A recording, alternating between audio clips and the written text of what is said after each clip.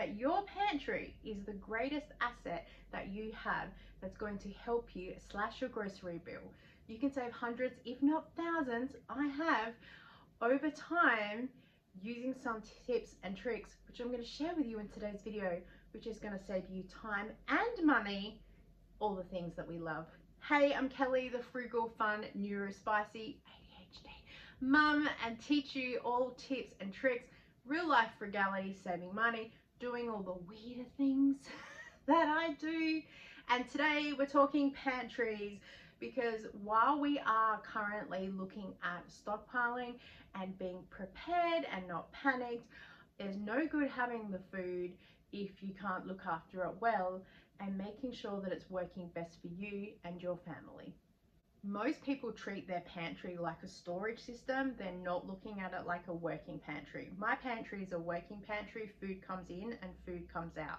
Think about how many times you've gone to the shop and you've bought something to realize, oh, I've already got 3 bags of pasta at home, or now I have all these lentils because they're on sale and I don't know what to do with it.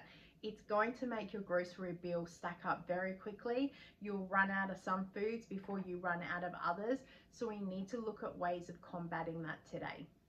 The first main tip I want to give you is treat this like your grocery store at home, especially when the Coles fly-by spends come in. It's going to help you only buy what you need and keep your offers low, because that's what we do. I'm able to go through the pantry and I'm able to shop my shelves, and then when the grocery store shop happens, I only need to buy the things to fill up for meals. You know that we buy a lot of markdown meat and we have our freezers that are absolutely chock-a-block full, and we're working through those at the moment. And I know that I can just jump into my pantry and grab out the single items that I need to help create a meal. I then know, looking in here, if we need additional things, and then when I'm shopping I can buy 1 or 2 things to replace what I've got, because they're constantly turning over. I track inventory. I used to have a list up here where I would count how many things were in there, and at the end of the month count what goes. On average now I'm just looking at storing 4 of everything for at least a 1-month pantry, and then more if it's on special or half price. I really stock up. So it's working with what you have and making sure that you always have food in your pantry. I have a list of meal ideas that sits on my fridge to try and stop me the what's for dinner if I'm not organized enough. And when I look at this, I can visually see that we have bits and pieces in the pantry that's going to fix a meal. I just need to find the meat or the protein, or maybe create something else completely different. But I know that whatever is in here will create these meals. There is nothing in this pantry that we don't eat. So I always say, store what you eat and eat what you store. There are no lentils, chickpeas, split peas, any healthy things. We don't eat them. And so it's wasted space for us if we're going to have something like that, because yeah, we're never going to eat it. Then with the meal plan, I've got this book that I keep all the information in there, our weekly shopping and other things like the cost of food. I have a running list of the things that we need to buy every single week. And when I want to do a pantry restock, I have a list that's here too. And they're the things then that I will focus on for the next shopping haul to know what I need to replace in my pantry. I sometimes even break it down into breakfast, lunch, dinner and snacks, so then I can see the food that we're eating and where.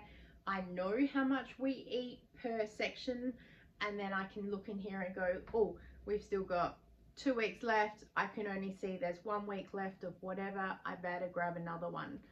When I'm shopping, I'm constantly in the pantry like that, looking at the levels and making sure that we're buying to replace, and even trying to keep ahead. So when the Coles 4-week spends happen, we can go a week or 2 without shopping. Organize your pantry into sections. It will make it more visually appealing and you'll be able to see really quickly where things are. As I've shown in my pantry, the top section is our 3-month holding. So I know that we've got other things in here that are working right now, and this is mostly the overflow, but we do have some pasta and stuff up here because it doesn't fit down below. The middle section here is our snacks because it's our eye level, and a lot of our food is in see-through containers so people see food and eat it, and visually that they know it's there. The next section is our breakfast area, and this is where we have our juices and Milo, any coffee, breakfast cereals, spreads, etc. And again, it's all there. So everything is in a category. And the bottom section of our pantry is all our meals. So all of our sauces and our tinned things, extra pasta if we have it stored down there, rice, potatoes, spaghetti. I'm running out of things, but everything is organized in here. I also have created our own makeshift systems that are in here. It was the best frugal thing for me to do at the time. Most of these things I've picked up from op shops, even though you can buy them at places like IKEA and Kmart. A couple of tips that might help you in the pantry. As I mentioned before, a lot of our containers are see-through, so see food and eat it, and it helps people know that the food is there.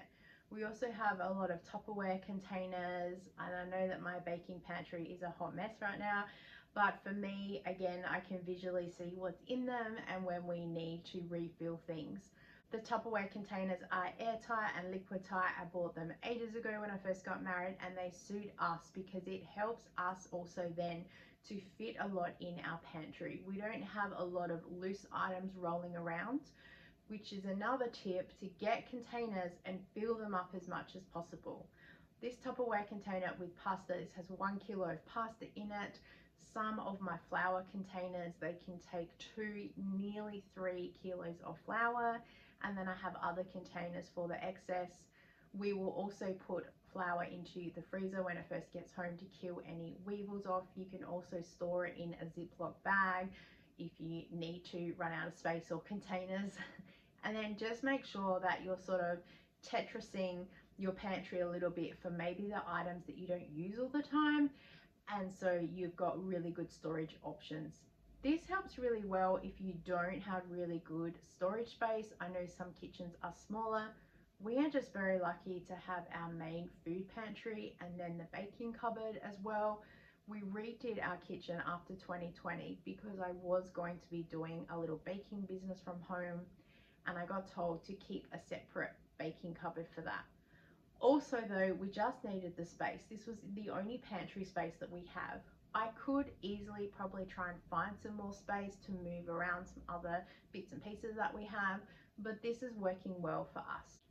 The first in, first out rule is really good as well. So when you're restocking shelves, pull everything to the front and then put the newest thing at the back, so you're rotating through stock. You can check expiration dates on things when you're putting your shopping away as well, and just line everything up and make it look pretty. As I've said, my pantry is just the put together. I made it up.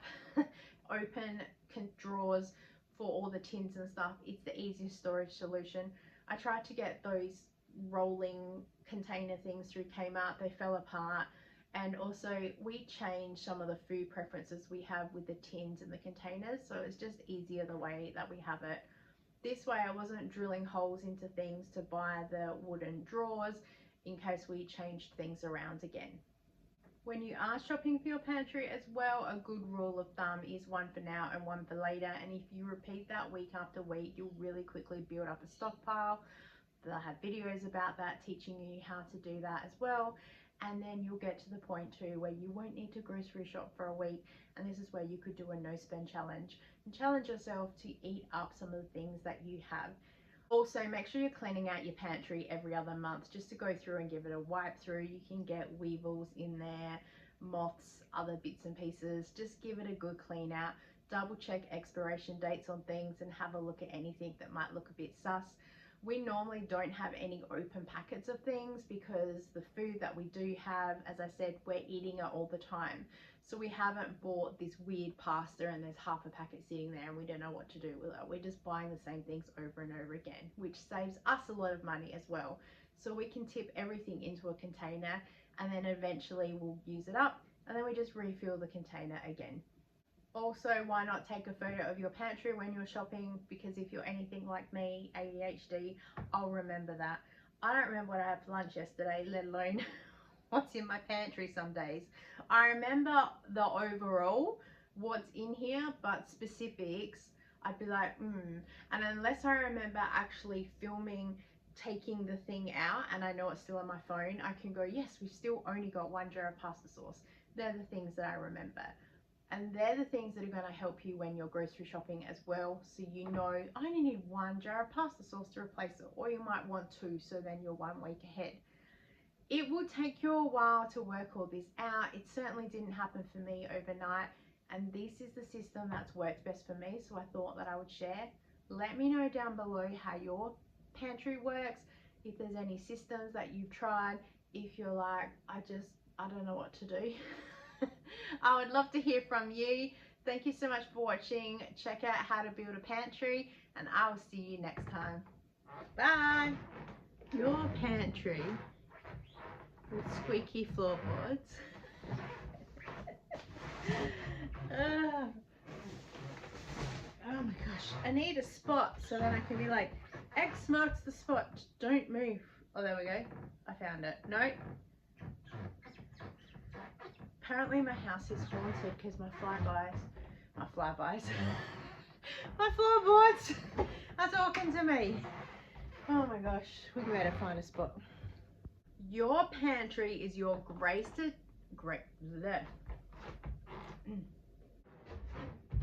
Ooh, ow. Did you know that I apparently can't speak English and I've moved the camera? Oh gosh, this is not going good.